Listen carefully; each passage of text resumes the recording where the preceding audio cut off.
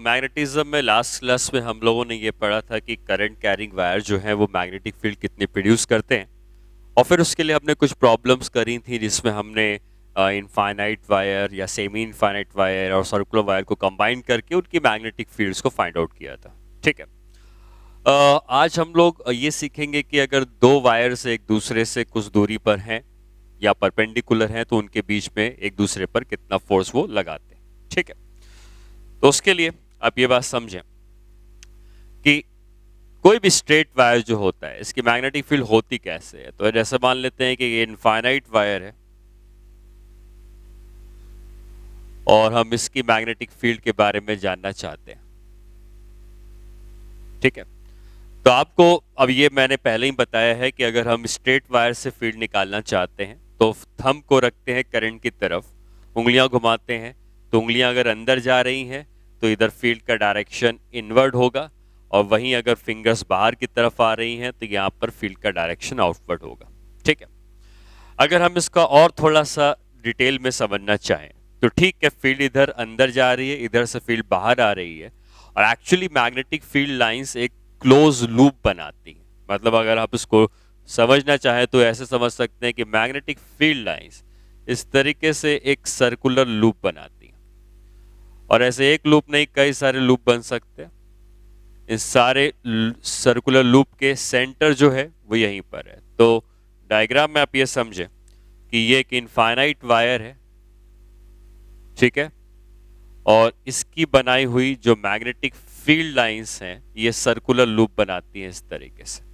Circular loop में जब ये फील्ड घूमती है तो इस तरीके से मैग्नेटिक फील्ड का डायरेक्शन हो गया। कैसे निकला? अगेन आप अपने थंब को करंट कैरिंग वायर के डायरेक्शन में रखेंगे, तो अगर इसमें करंट ऊपर की तरफ जा रही आएगी तो आप करंट के डायरेक्शन में थंब को रखेंगे और उंगलियां घुमाएंगे। तो जैसे आपकी उंगलियां घूमती जा रही हैं वैसे मैग्नेटिक फील्ड भी घूमती जा रही है। तो अगर ये करंट कैरिंग वायर है तो इसके डायरेक्शन में थंब रखोगे और उंगलियां घुमाओगे, तो उंगलियां जैसे सर्कल में घूमती जा रही हैं मैग्नेटिक फील्ड भी उसी तरीके से सर्कल में घूमती है। हाँ, अब इधर से अगर देखा जाए तो जो फील्ड यहां से सर्कल में घूम के बाहर आई है, हमेशा सर्कुलर फील्ड है इस तरीके से, तो जो फील्ड यहां से सर्कल से घूम के बाहर आई है यहां पर हम डॉट बना देते हैं, क्योंकि ये फील्ड यहां से हमको बाहर की तरफ आती हुई दिखती है। ये फील्ड बाहर की तरफ आती हुई दिखती है और ये सर्कल में घूमती हुई यहाँ पे अगर आप देखेंगे तो क्रॉस बना देंगे, क्योंकि ये फील्ड यहाँ पे अंदर की तरफ जाती हुई दिखती है। तो थ्री डायमेंशनली यहाँ पर फील्ड सर्कल में घूमती है, बट अगर हमें सिर्फ ये पता करना है कि इस जगह पर क्या फील्ड है तो अंदर की तरफ है, इस जगह पे क्या फील्ड है तो बाहर की तरफ है, बाकी किसी भी जगह पर आप फील्ड देखोगे तो आपको उस फील्ड का डायरेक्शन इस सर्कल के टैंजेंशियल डायरेक्शन में दिखेगा। अब अगर आप इस व्यू को समझें कि अगर मैं मान लो इस वायर को ऊपर से देखता हूं, ठीक है, तो ऊपर से अगर हम इस इनफाइनाइट वायर को देखेंगे तो इनफाइनाइट वायर साइड से देखने पर दिखेगा, लेकिन आप अगर ऊपर से देखोगे तो आपको सिर्फ एक डॉट दिखेगा। तो अगर मैं ऐसा डॉट बनाकर यहाँ पे आई लिख दूं तो इसका मतलब है कि एक इनफाइनाइट वायर है जिसमें करंट बाहर की तरफ आ रही है और इन्फिनिटी तक चली जाएगी, पीछे कहीं इन्फिनिटी से स्टार्ट होके आई होगी। तो वही व्यू ऊपर से देखने का है कि आपको करंट आपको अपनी तरफ आती हुई दिखेगी, तो डॉट बना दिया। अब करंट कैरिंग वायर कैसा जा रहा है? करंट कैरिंग वायर बाहर निकल के आ रहा है। फील्ड कैसे निकालते हैं? करंट के डायरेक्शन में थंब रखते हैं और उंगलियां घुमाते हैं। तो हमारी उंगलियां जब घूमेंगी तो इस तरीके से उंगलियां घूमती जाएंगी, और जिस डायरेक्शन में हमारी फिंगर्स कर्ल हो रही हैं वही डायरेक्शन मैग्नेटिक फील्ड का होता है। तो आप ये कह सकते हो कि मैग्नेटिक फील्ड सर्कुलर लूप बना रही है, और ऐसे एक लूप नहीं कई सारे लूप बनते जाएंगे, और किसी भी जगह पर मैग्नेटिक फील्ड का जो डायरेक्शन होगा ये इस लूप के टेंजेंशियल होगा। तो यहाँ पर फील्ड निकालेंगे तो इधर आएगी, यहाँ फील्ड निकालेंगे इस तरफ, तो फील्ड का डायरेक्शन टेंजेंशियल होगा। तो दोनों ही डायग्राम एक ही करंट कैरिंग वायर के हैं। इस करंट कैरिंग वायर को हम साइड से देख रहे हैं तो सर्कल इस तरीके से दिख रहे हैं, वही अगर करंट कैरिंग वायर को आप ऊपर से देखोगे तो करंट हमें यहाँ पे बाहर की तरफ आती हुई दिखेगी, और इसके फील्ड जो होगी इस तरीके से सर्कल में घूम रही होगी। वही अगर करंट कैरिंग वायर में करंट अंदर की तरफ चली जाती, ये बाहर की तरफ है, तो बाहर की तरफ है तो थंब बाहर की तरफ, उंगलियां ऐसे घूम गई। वही अगर करंट अंदर की तरफ होती तो थंब अंदर की तरफ, तो हमारी उंगलियां क्लॉकवाइज घूमती, तो वही फील्ड क्लॉकवाइज डायरेक्शन में हो जाती। ठीक है, तो तो यहाँ पर इन दोनों डायग्राम से क्लियर होना चाहिए कि मैग्नेटिक फील्ड लाइंस हमेशा एक क्लोज लूप बनाती हैं और एक इनफाइनाइट वायर के लिए ये magnetic field lines circular loop में ट्रैवल करती हैं। ठीक है, तो आप ये कह सकते हो कि magnetic field lines always forms a closed loop. ठीक है, for infinite wire, for infinite straight wire, the loop is circular. वही लूप सर्कुलर बन जाएगा। अगर ये इनफाइनाइट वायर होगा, फाइनाइट वायर होगा तो वो सर्कुलर नहीं किसी और शेप का बन जाएगा, वो हमें नहीं पता क्या है, लेकिन हाँ इनफाइनाइट के लिए हम पक्के से कह सकते हैं कि वो सर्कुलर लूप नहीं बनाया होगा। ठीक है, अब आते हैं हम इस बात को फाइंड आउट करते हैं कि फोर्स ऑफ अट्रैक्शन कितना होता है दो इनफाइनाइट वायर्स के बीच में। तो force of interaction between two infinite wires। तो हमारे पास दो इनफाइनाइट वायर्स हम ले लेते हैं। एक इनफाइनाइट वायर ये हो गया और इसे कुछ दूरी पर एक दूसरा इनफाइनाइट वायर रखा हुआ है। अब इन दोनों में करंट सेम डायरेक्शन में भी हो सकती है, अपोजिट डायरेक्शन में भी हो सकती है। ठीक है, तो मान लेते हैं कि इसमें करंट ऊपर की तरफ जा रही है I1 की और इसमें करंट ऊपर की तरफ जा रही है I2 की। ठीक है, और इनके बीच में कुछ दूरी होगी, ये दूरी हम मान लेते हैं d के बराबर। अब हम पता लगाना चाहते हैं कि ये दोनों वायर्स एक दूसरे पर कितना फोर्स लगा रहे हैं। एक वायर जितना फोर्स दूसरे पे लगाएगा, दूसरा वायर पलट के वही फोर्स पहले पे लगाएगा। न्यूटन का third law, for every action there is equal and opposite reaction. तो किसी भी एक वायर से हम दूसरे पर फोर्स निकालेंगे और हम वही कह सकते हैं कि दूसरे ने पहले पे उतना ही लगाया है बट डायरेक्शन अपोजिट हो जाएगा। अब इन दोनों ने एक दूसरे पे फोर्स क्यों लगाया? क्योंकि हमें यह पता है कि अगर हम इस वायर को कंसीडर करें तो इसने अपने सराउंडिंग में मैग्नेटिक फील्ड प्रोड्यूस करी होगी, और अगर इसने अपने सराउंडिंग में मैग्नेटिक फील्ड प्रोड्यूस करी है और उस मैग्नेटिक फील्ड में अगर ये वायर रखा है, तो हमने इसके पहले वाले चैप्टर में ये पढ़ा था कि कोई भी करंट कैरिंग वायर अगर मैग्नेटिक फील्ड में रखा होता है तो फोर्स लगता है। ठीक, तो अब हम बात करते हैं कि इस करंट कैरिंग वायर ने फील्ड बनाई किस तरफ। तो करंट अगर ऊपर की तरफ है तो फील्ड इसकी अंदर की तरफ होगी। तो हम ये कह सकते हैं कि जो I1 वाला करंट कैरिंग वायर है, इसने फील्ड को अंदर की तरफ प्रोड्यूस किया होगा।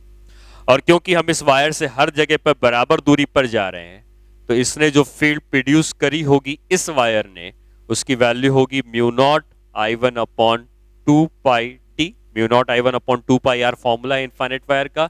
इसने अपने से d की दूरी पर इतनी फील्ड प्रोड्यूस करी है। और इस मैग्नेटिक फील्ड में ये जो मैग्नेटिक फील्ड मैंने बनाई है, इस मैग्नेटिक फील्ड में ये I2 का करंट कैरिंग वायर रखा है। और हमको पता है कि करंट कैरिंग वायर अगर फील्ड में रखा होता है तो फोर्स लगता है।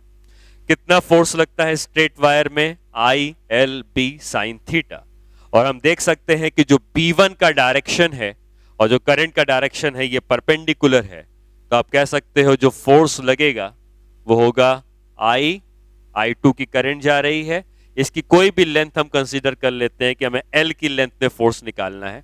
तो हमने L की लेंथ कंसीडर कर ली कि हम उतनी लेंथ पे फोर्स निकालेंगे। और मैग्नेटिक फील्ड जो है वो B1 की है, और थीटा क्योंकि 90 है, मैग्नेटिक फील्ड अंदर की तरफ है, करंट ऊपर की तरफ है, तो साइन 91 हो जाएगा। ठीक, तो ये फोर्स लगा है सेकेंड वायर पे। किसने लगाया है? फर्स्ट वायर ने। तो force on the second wire due to first wire. तो अब ये फोर्स की वैल्यू कितनी हो जाएगी? I2 की करंट, L की लेंथ, और B1 जो है ये है mu not I1 upon 2 by D. ठीक है, तो आप ये कह सकते हो जो फोर्स लगेगा सेकेंड वायर में जो फर्स्ट वायर ने लगाया है, ये लिखा जा सकता है mu not I1 I2 by 2 pi D into length L। ये फोर्स इतना लगता है। तो आप ये कह सकते हो कि दो वायर्स एक दूसरे के पैरेलल हैं, I1 I2 की करंट रखते हैं, तो एक ने दूसरे के ऊपर जो फोर्स लगाया है वो mu naught I1 I2 upon 2 pi D into length L है। एल वो लेंथ है जितनी लेंथ पे फोर्स निकालना चाहते हो। तुम अगर इतनी लेंथ पे फोर्स निकालोगे तो एल उतना रख दोगे, बड़ी लेंथ पे फोर्स निकालोगे तो उतना रख दोगे। ठीक है, तो जितनी लेंथ पे फोर्स निकालना है वो रखना है। फोर्स का डायरेक्शन किस तरफ है? तो फोर्स का डायरेक्शन के लिए हम कहेंगे कि फोर्स का डायरेक्शन निकलता था, आई को हम करंट है उसको हम डायरेक्शन मानते थे, तो आई क्रॉस बी। तो करंट के डायरेक्शन में उंगलियां रखेंगे और बी अंदर की तरफ है तो बी की तरफ घुमाएंगे तो फोर्स का डायरेक्शन लेफ्ट में आएगा। इसका मतलब लेफ्ट वाले वायर जिसमें करंट I1 की है, इसने राइट वाले वायर को अपनी तरफ अट्रैक्ट किया होगा, और जिस फोर्स से अट्रैक्ट किया होगा उसको हम लिख रहे हैं force on two due to one. Newton का थर्ड लॉ, हर एक्शन का इक्वल अपोजिट रिएक्शन होता है। तो इस वायर ने भी पलट कर इसको उतने ही फोर्स अट्रैक्ट किया होगा, फोर्स की वैल्यू वही रहेगी। आप देख सकते हैं सिमेट्री है, I1 I2 है तो I2 I1, बाकी वैल्यू तो सेम ही रहनी है। तो हम ये कह सकते हैं कि जितना फोर्स पहले ने दूसरे पे लगाया होगा उतना ही फोर्स दूसरे ने भी पहले पे लगाया होगा। इन दोनों फोर्स की वैल्यूज सेम है बट डायरेक्शन अपोजिट होंगे। ठीक है, तो यहां पर यह बात तो क्लियर है कि L जो है वो लेंथ है, length of wire on which we are finding the force। हम जितनी लेंथ पर फोर्स निकालना चाहते हैं वो लेंथ एल के बराबर ली जाएगी। और अगर दोनों वायर में करंट सेम डायरेक्शन में है तो ये फोर्स अट्रैक्शन का हो जाता है, वैल्यू इतनी है। लेकिन अगर यही दोनों करंट अपोजिट डायरेक्शन में हो जाती, ये करंट ऊपर हो जाती, ये करंट नीचे हो जाती, तो वैल्यू में कोई चेंज नहीं आता, वैल्यू वही रहती फोर्स की। बस ये फोर्स जो होता वो अट्रैक्टिव की बजाय अब रिपल्सिव हो जाता, और हम कहते हैं कि इसने इसको इधर रिपल किया होगा, इसने इसको इधर रिपल किया होगा, फोर्स की वैल्यू दोनों में सेम होगी बट रिपल्शन हो जाएगा। इस बात को आप हमेशा याद रखेंगे कि पैरेलल डायरेक्शन में फोर्स अट्रैक्शन का होता है, एंटी पैरेलल डायरेक्शन में फोर्स रिपल्शन का होता है। और ऐसा सिर्फ स्ट्रेट वायर के लिए नहीं है। अगर मान लो मैं आपसे कहूं कि हमारे पास एक सर्कुलर वायर है और उसके पैरेलल आपने एक और सर्कुलर वायर रख दिया है, तो अगर इन दोनों में करंट सेम डायरेक्शन में है तो ये दोनों एक दूसरे को अट्रैक्ट करेंगे। कितने फोर्स से करेंगे वो हमारे सिलेबस में नहीं है निकालना, बट आपको ये समझ में आना चाहिए कि करंट अगर पैरेलल है तो ये फोर्स जो लगेगा ये फोर्स अट्रैक्शन का लगेगा। ठीक है, वही अगर इन दोनों में करंट अपोजिट डायरेक्शन में हो जाती तो यही फोर्स जो होता रिपल्शन का हो जाता। तो अगर इसमें करंट I1 की ऊपर है, इसमें करंट I2 की नीचे है, तो ये दोनों एक दूसरे को अब रिपल करने लगेंगे। ठीक है, तो पैरेलल में अट्रैक्शन है, एंटी पैरेलल में रिपल्शन है। ये सारे वायर्स के लिए ट्रू है। हाँ, स्ट्रेट वायर के लिए हम फोर्स कितना होता है वो वैल्यू भी निकाल सकते हैं। ठीक है, प्रॉब्लम करते हैं इसके ऊपर। मान लो हमें दिए हैं 3 वायर्स, ये करंट जा रही है I की, ये करंट जा रही है 2I की, और ये करंट जा रही है 4I की। ठीक है, ये डिस्टेंस D का है, ये डिस्टेंस 2D का है। ये वायर 1 है, ये वायर 2 है और ये वायर 3 है, सब इनफाइनाइट है। ठीक है, आपसे ये पूछ सकता है कि find the net force on wire 2। Second wire पे नेट फोर्स निकालना। तो इस सेकेंड वायर पर किसने किसने फोर्स लगाया? सेकेंड वायर पर पहले ने लगाया और तीसरे ने लगाया। तो पहले और दूसरे में करंट सेम डायरेक्शन में है, तो ये जो फोर्स लगाया गया होगा ये अट्रैक्शन का होगा, इसको मैं F1 कह देता हूं। और ये दोनों में करंट अपोजिट डायरेक्शन में है तो फोर्स रिपल्शन का होगा, तो इसको मैं F2 कह देता हूं। ठीक है, तो ये इसको रिपेल कर रहा है, ये इसको अट्रैक्ट कर रहा है, दोनों ही डायरेक्शन सेम हो गए नेट फोर्स के, तो नेट फोर्स इन दोनों को ऐड करके निकाला जा सकता है। हम ये कह सकते हैं कि जो नेट फोर्स लगेगा सेकेंड वायर में ये F1 और F2 का सम हो जाएगा। ठीक है, net force on wire 2 of in the length L, in the length L, क्योंकि आपको बताना पड़ेगा कि कितनी लेंथ में फोर्स निकालना है, तो लेंथ L पे फोर्स निकालना है। तो हम कह सकते हैं कि जो नेट फोर्स होगा उसकी वैल्यू हो जानी चाहिए म्यू नॉट, इन दोनों के बीच में कितना अट्रैक्शन है I1 I2 अपॉन 2 पाई, कितनी दूरी है, d length l, plus F2 कितना है इन दोनों के बीच में, म्यू नॉट I1 मतलब 2i, I2 मतलब 4i डिवाइडेड बाय 2 पाई, कितनी लेंथ है उनके बीच में, 2d और लेंथ l। ठीक, अब इन दोनों को अगर हम ऐड कर देंगे तो नेट फोर्स इन दोनों को जोड़ के आ जाएगा। यहाँ पे 2 पाई डी है, यहाँ 4 पाई डी है, तो ये भी 4 पाई डी अगर बना दे तो ये 4 और ये 4 और ये 8 है तो 12, तो ये आ जाएगा 6 mu not I square L divided by, यहाँ पे कितना आ जाएगा 2 पाई डी। इतना इन दोनों ये सेकेंड वायर पे नेट फोर्स हम कह सकते हैं लग रहा होगा, और नेट फोर्स का डायरेक्शन लेफ्ट की तरफ होगा, ये भी बताया जा सकता है। ठीक है, जैसे हमने पैरेलल वायर की वजह से फोर्स निकाला, इन दोनों में आपस में कितना फोर्स लगता है, उसी तरीके से अगर वायर्स परपेंडिकुलर हो तो फोर्स कितना आता है। तो परपेंडिकुलर में हम एक वायर इनफाइनाइट लेंगे और एक वायर फाइनाइट लेंगे। फोर्स ऑफ इंटरैक्शन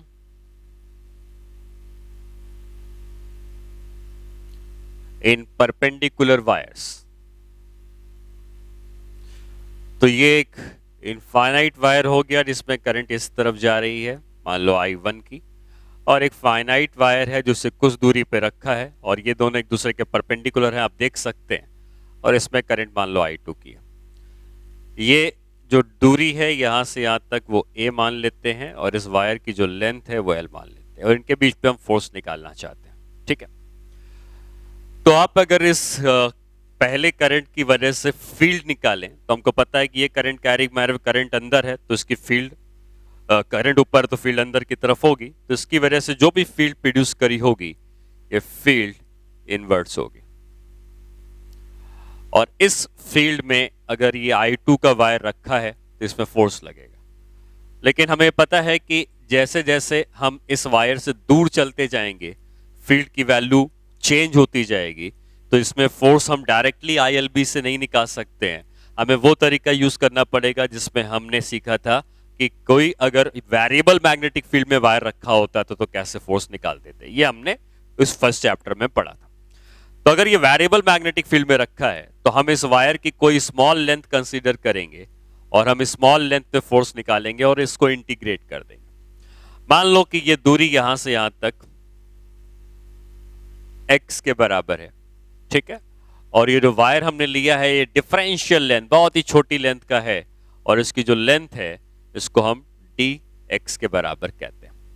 तो आप ये समझें कि इतनी छोटी लेंथ में आप मान सकते हैं कि जो फील्ड होगी, इस वायर ने जो फील्ड प्रोड्यूस करी है यहां पर, इस फील्ड की वैल्यू b है, यहां से x की दूरी पर इसने जो फील्ड प्रोड्यूस करी होगी ये dx वाले वायर के लिए आप कांस्टेंट मान सकते हो। तो इस वायर ने कितनी फील्ड प्रोड्यूस करी, तो हम ये कह सकते हैं कि जो फील्ड प्रोड्यूस करी है इसने उसकी वैल्यू होगी mu not I1 by 2 pi x, क्योंकि दूरी x के बराबर है तो इतनी फील्ड प्रोड्यूस करी, और इस फील्ड में ये I2 की करंट कैरिंग वाला वायर रखा है तो हम लिखेंगे dF का फोर्स, क्योंकि उसकी लेंथ छोटी है, बड़ी लेंथ होती तो ILB लिख देते, छोटी लेंथ है तो हम लिखते force is equal to I2 की करंट, dx की लेंथ और मैग्नेटिक फील्ड B की जो इसने प्रोड्यूस करी है। पहले भी हमने वही किया था कि पहले वायर की फील्ड से दूसरे वायर पे कितना फोर्स लगा, तो पहले वायर की फील्ड B की है और दूसरे वायर जिसकी लेंथ dx की है उस पर इतना फोर्स लग रहा है। B की वैल्यू अगर हम यहाँ पे रख दें तो dF की वैल्यू हो जाएगी I2 इंटू dx, B की वैल्यू है mu not I1 by 2 pi x, तो dF की वैल्यू हो जाएगी mu not I1 I2 by 2 pi dx by x। Total force निकालना है तो उसको इंटीग्रेट कर देंगे। x कहां से स्टार्ट होगा, ये x है, ठीक है, सबसे पहला एलिमेंट यहां पर है तो ये x उस समय a हो जाएगा, तो x a से स्टार्ट होगा, और सबसे आखिरी एलिमेंट यहां पर आएगा जहां पर यही x बढ़ के इतना हो जाएगा जो कि a प्लस एल के बराबर होगा।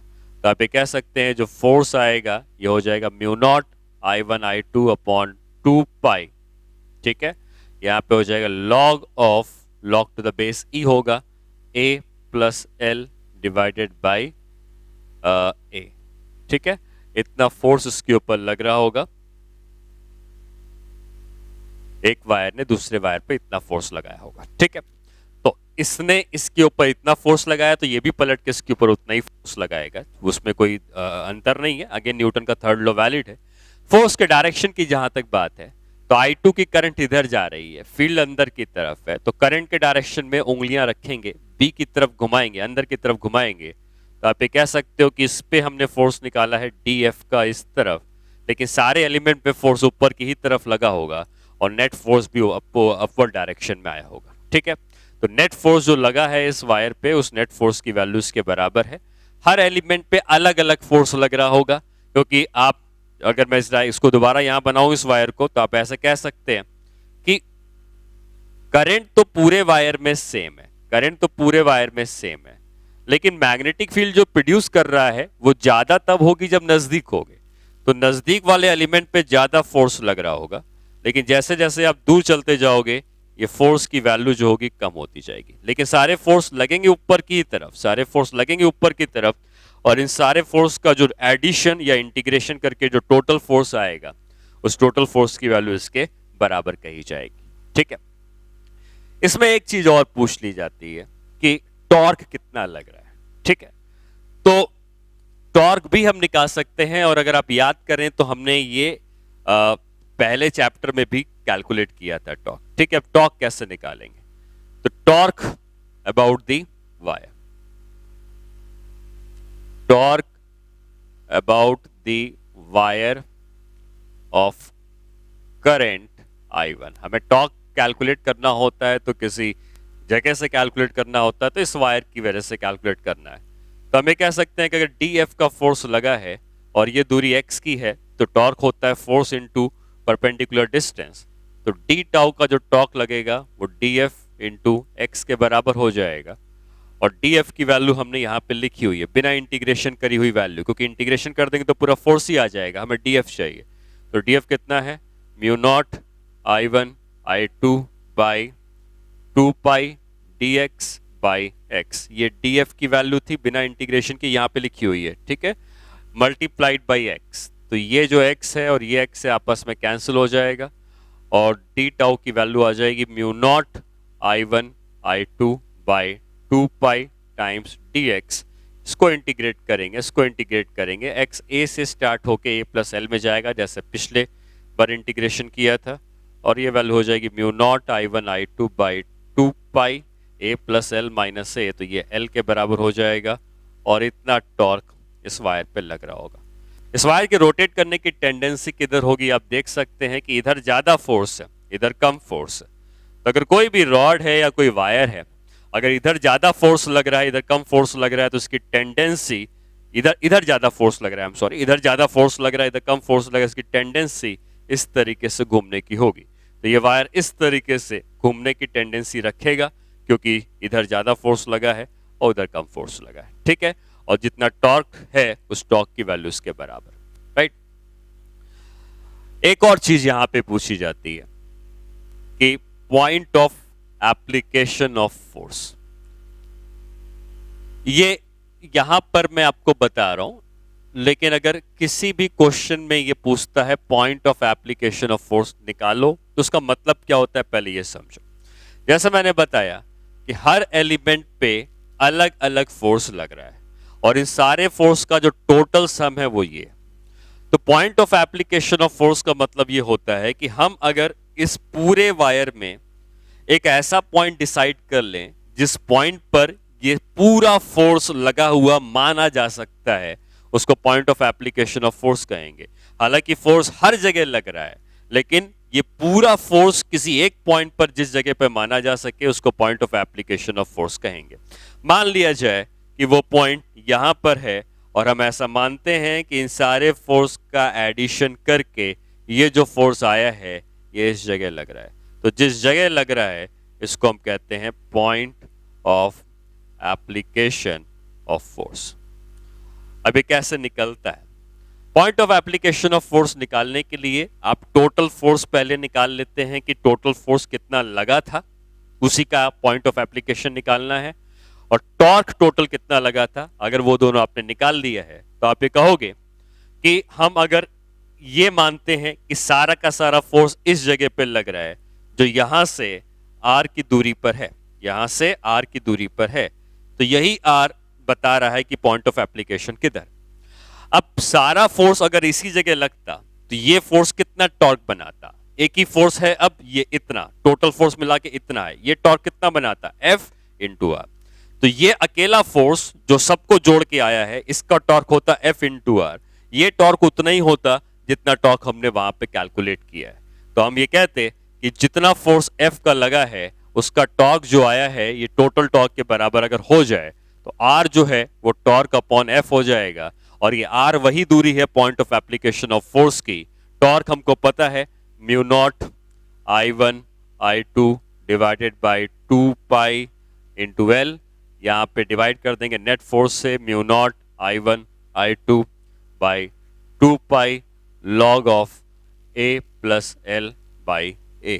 ठीक है, तो mu not I one I two cancel हो जाएगा, 2 पाई भी कैंसिल हो जाएगा, बचेगा L divided by log to the base e a plus l by ए।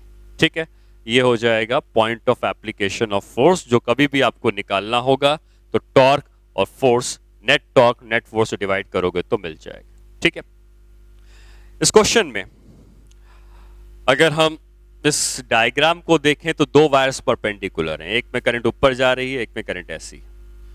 अगर मैंने इस डायग्राम को इस तरीके से बना दिया जिसमें करंट इधर जा रही है और ये करंट इधर है, तो कभी भी ये दोनों परपेंडिकुलर हैं। ये भी परपेंडिकुलर थे, ये भी परपेंडिकुलर है। ठीक है, तो ये परपेंडिकुलर का डायग्राम हमने बनाया है, बट अगर मैं ऐसा परपेंडिकुलर बना दूं तब भी कोई अंतर नहीं आएगा, तभी भी फोर्स उतना ही रहेगा। और उस फोर्स का डायरेक्शन किस तरफ होगा, अगर करंट ऊपर की तरफ थी, इसमें करंट बाहर की तरफ थी, तो फोर्स किधर आया देख सकते हो, करंट ऊपर है, ये करंट इधर है, तो इस पे जो फोर्स आया है ये भी इस तरफ आया है।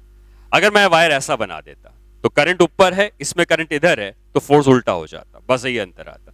तो करंट ऊपर, ये करंट इधर, तो इस पे फोर्स ऊपर लग रहा है, ये करंट ऊपर, ये करंट इधर, तो फोर्स नीचे हो जाएगा। ठीक, अब अगर मैं कहता हूं कि ये करंट इधर जा रही है और ये करंट इधर जा रही है, दोनों अभी भी परपेंडिकुलर हैं, तो ये करंट इधर, ये करंट इधर, तो फोर्स किधर लगेगा, फोर्स लगेगा इसी तरफ। जैसे ये करंट ऊपर है, ये करंट इधर है, तो फोर्स ऊपर लग रहा है, वैसे ये करंट इधर है, ये करंट इधर है, तो भी फोर्स जो होगा वो इसी तरफ लगेगा। ठीक है, तो हम जो है अगर हम इस डायग्राम को इस तरीके से बनाते जिसमें मैं ये कहता कि मैं एक डॉट बना देता, इसका मतलब है कि करंट कैरिंग वायर इस तरफ आ रहा है जिसमें करंट I1 की है, और मैं दूसरा करंट कैरिंग वायर इस तरीके से बना देता जिसमें मैं कहता कि इसमें करंट I2 की जा रही।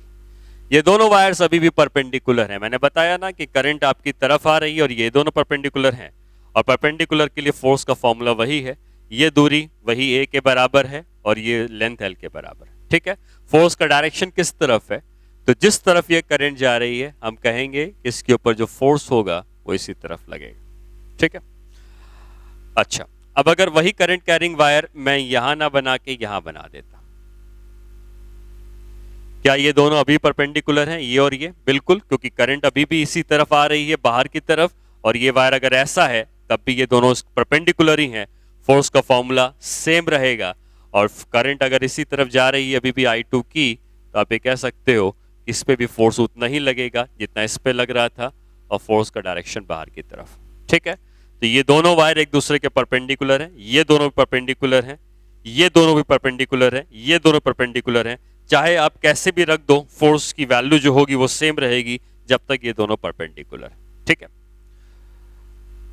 अगर मैंने एक वायर ये बना दिया और ये वायर बना दिया, अब इसमें समझना मैं क्या कर रहा हूं। ठीक है, इसको फिलहाल छोड़ देते हैं, मैं नेक्स्ट क्वेश्चन में आता हूं। नेक्स्ट क्वेश्चन ये है कि ये एक करंट कैरिंग वायर है जिसमें करंट I1 की जा रही है, और मैं दो वायर्स बना रहा हूं, दोनों एक दूसरे के परपेंडिकुलर। ठीक है, मतलब इसके परपेंडिकुलर।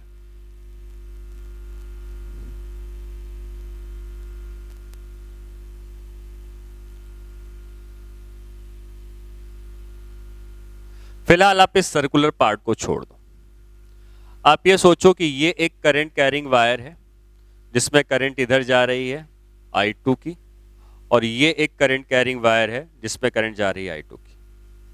ये कुछ पिछले डायग्राम की ही तरह है, बस ये समझ में आ गया कि ये करंट वैसी है जो बाहर की तरफ जा रही है, तो इसमें जो फोर्स लगता है ये बाहर की तरफ लगता। वहीं अगर करंट ये अंदर की तरफ जाने लगती, तो ये करंट अंदर की तरफ जाने लगती तो फोर्स लगता तो उतना ही, बस फोर्स का डायरेक्शन यहां पे अंदर की तरफ हो जाता। ठीक है, ये दोनों में फोर्स परपेंडिकुलर हो जाता, फोर्स की वैल्यू सेम रहती। और अब मैंने क्या किया कि एक सर्कुलर वायर ऐसे बना दिया यहां पर, और एक सर्कुलर वायर ऐसे बना दिया। ऐसे बनाने से क्या हुआ कि मेरा एक लूप कंप्लीट हो गया। तो देखो कि अगर ये लूप कंप्लीट हो गया और इस लूप में I2 की करंट जा रही है, और अगर मैं पूछूं कि अब इसमें टोटल फोर्स कितना लग रहा है, ठीक है, तो टोटल फोर्स की जहां तक बात है, तो इसमें फोर्स F का है हमको पता है, इसमें फोर्स F का है ये भी पता है, लेकिन ये दोनों एक दूसरे के अपोजिट हैं। ठीक, तो इन दोनों में मिलाकर टोटल फोर्स 0 हो गया, बचता है ये दोनों। इन दोनों में कितना फोर्स लग रहा है? मैंने आपको जो मैग्नेटिक फील्ड का चैप्टर था जिसमें करंट कैरिंग वायर में फोर्स निकालते थे, तो ये बताया था कि अगर कभी भी करंट कैरिंग वायर और फील्ड का डायरेक्शन सेम होता है तो फोर्स 0 लगता है। ठीक है, अगर करंट कैरिंग वायर ऐसा है, I की करंट जा रही है और मैग्नेटिक फील्ड भी उसके पैरेलल है, तो करंट और फील्ड अगर पैरेलल होते हैं या करंट और फील्ड एंटी पैरेलल होते हैं, दोनों ही केस में जो फोर्स लगता है वायर पे वो 0 होता है। तो पैरेलल करंट और फील्ड या एंटी पैरेलल करंट और फील्ड से फोर्स नहीं आता है। और हमें यह पता है कि अगर ये वायर में करंट इधर जा रही है तो इसकी मैग्नेटिक फील्ड लाइंस हमने कुछ देर पहले देखी थी कि इसकी मैग्नेटिक फील्ड लाइन इस तरीके से सर्कुलर लूप में ट्रेवल करती है। और अगर इसकी मैग्नेटिक फील्ड लाइन इस तरह सर्कुलर लूप में ट्रेवल कर रही है, तो करंट अगर इधर की तरफ है तो इसकी मैग्नेटिक फील्ड लाइन इस तरीके से एंटी क्लॉकवाइज ट्रेवल करेंगी। ठीक, और अगर एंटी क्लॉकवाइज ट्रेवल करेंगी तो अब इस वायर को कंसीडर करो, ये वाला जो वायर है, तो ये वायर अगर मैं इधर रख दूं तो क्या इसमें करंट का डायरेक्शन और फील्ड का डायरेक्शन पैरेलल है? और यहां पे मैं दूसरा वायर रख दूं तो इसमें भी आप कहोगे कि इसमें फील्ड का डायरेक्शन और करंट का डायरेक्शन, ये जो वायर है ये एंटी पैरेलल है, तो ना तो इसमें कोई फोर्स लगेगा ना इसमें कोई फोर्स लगेगा, तो इसमें फोर्स 0 हो जाएगा, इसमें फोर्स 0 हो जाएगा। अब मैं ये पूछता कि इस लूप पे टोटल फोर्स कितना लग रहा है, तो लूप में टोटल फोर्स इन पे तो 0 था, जितना इसमें बाहर उतना इस पे अंदर, तो आप कहोगे कि नेट फोर्स जो लूप में लगा है वो 0 लगा है। ठीक है, और एक और बात कि टॉर्क कितना लगा है, तो हमको पता है कि एक वायर पे टॉर्क हमने कुछ देर पहले निकाला था। ये वायर पे फोर्स बाहर की तरफ लग रहा है, इस वायर पे फोर्स अंदर की तरफ लग रहा है, दोनों उसको घुमाना चाहते हैं, तो नेट टॉर्क जो लगेगा, जो हमने टॉर्क निकाला था उसको ट्वाइस कर देंगे, क्योंकि दोनों टॉर्क उसको घुमाना चाहते हैं। और ये कैसे घूमेगा?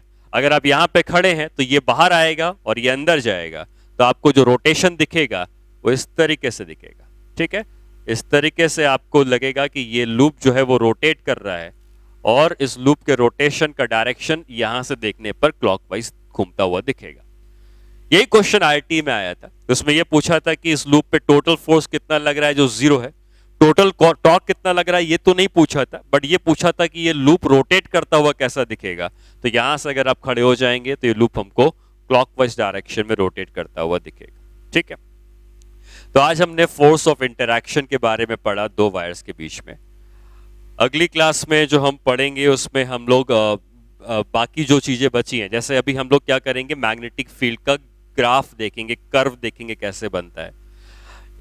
कॉम्बिनेशन ऑफ मैग्नेटिक फील्ड, दो वायर्स आ गए, दोनों की वजह से फील्ड हमें किसी जगह निकालनी है, तो वो फील्ड कैसे निकालते हैं वो देखेंगे। ठीक है, और ये सब चीजें जब मैग्नेटिक फील्ड कैलकुलेट करना हम सीख जाएंगे, मैग्नेटिक फील्ड हम अभी भी कैलकुलेट कर रहे हैं, फोर्स भी कैलकुलेट कर रहे हैं, सिर्फ मैग्नेटिक फील्ड कैलकुलेशन के लिए भी हम कुछ पार्ट करेंगे, और उसके बाद जो पार्ट आएगा उसमें हम लोग सोलेनॉइड, टोरॉइड, ये सारी चीजें भी हम लेके आएंगे। ठीक है।